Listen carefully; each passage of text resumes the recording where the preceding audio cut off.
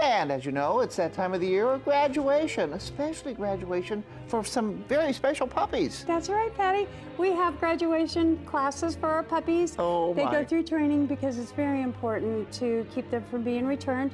They're going to grow into big dogs. Okay. And we want to get them a good start. Okay, so they, So- who's helping train them or teach them? Advanced Canine Techniques, Bonnie Okay. Krupa in Muncie. She comes to Grateful Rescue, and we have a wonderful bunch of volunteers.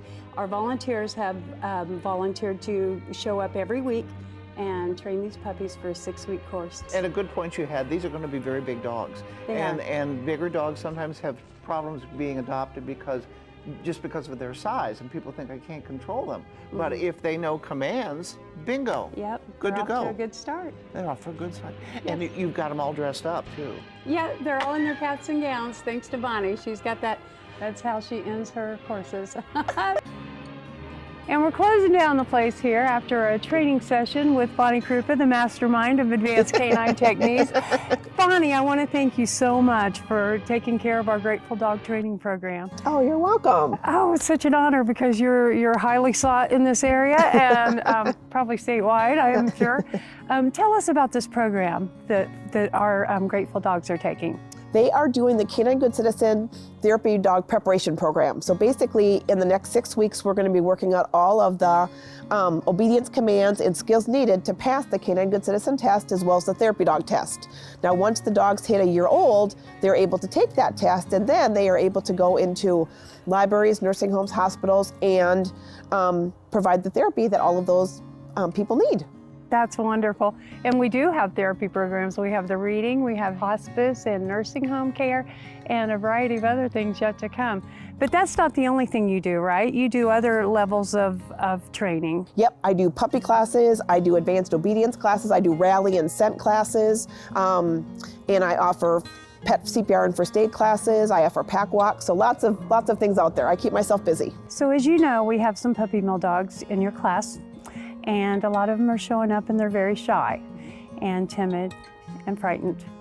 What do you do to help them with that, to get over that? The best advice I can give is just make sure to go slowly. That whole 3-day, 3-week, 3-month, assimilation into a home is very, very accurate. Sometimes it might be more like 6 months to a year. So having owners be patient, but also not rushing people greeting or getting frustrated with their lack of initiative, wanting to see people, objects, just anything that's new to them. So we just find an activity that they enjoy. If it's me sitting in the grass and having them come over to me for stepping on grass for the first time, and just slowly petting and talking to them and praising them for stepping on a piece of grass, or throwing a treat and having them stand next to a table or a trash can for the first time, and then just, yay, way to go, good job.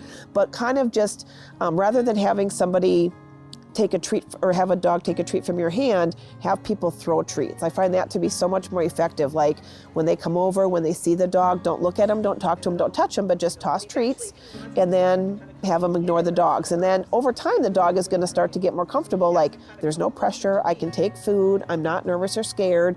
And then they're going to kind of get closer and closer to eventually they might take treats out of your hand without you looking, but eventually you'll get to pet a little bit and touch, and the stinkier the treats, the better. And, that's the old adage for any trainer.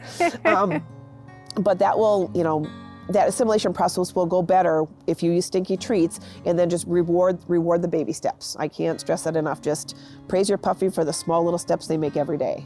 So no one should get concerned if their puppy is not progressing the same as, say, the puppy next to them. Everybody has their own timeline. Oh, totally, Correct. for Yeah. sure, yeah. Mhm. And you'll find too that your puppy is gonna do excellent in week 1 doing this activity.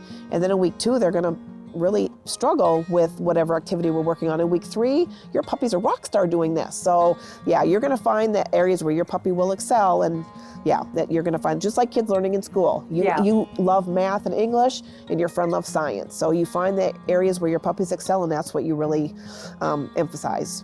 And you've seen this over and over, correct? Oh, yeah. You've seen Yes. puppies just blossom in the middle Yep. of by the end of their training. Yeah, the first week they're always shy and nervous, and then by the end they're going to greet other puppies, or they're coming in excited to come. The first week the owners are pulling them in the door, and then the last week they're kind of pulling their owners in the door, which is nice to see. I love that. I love that.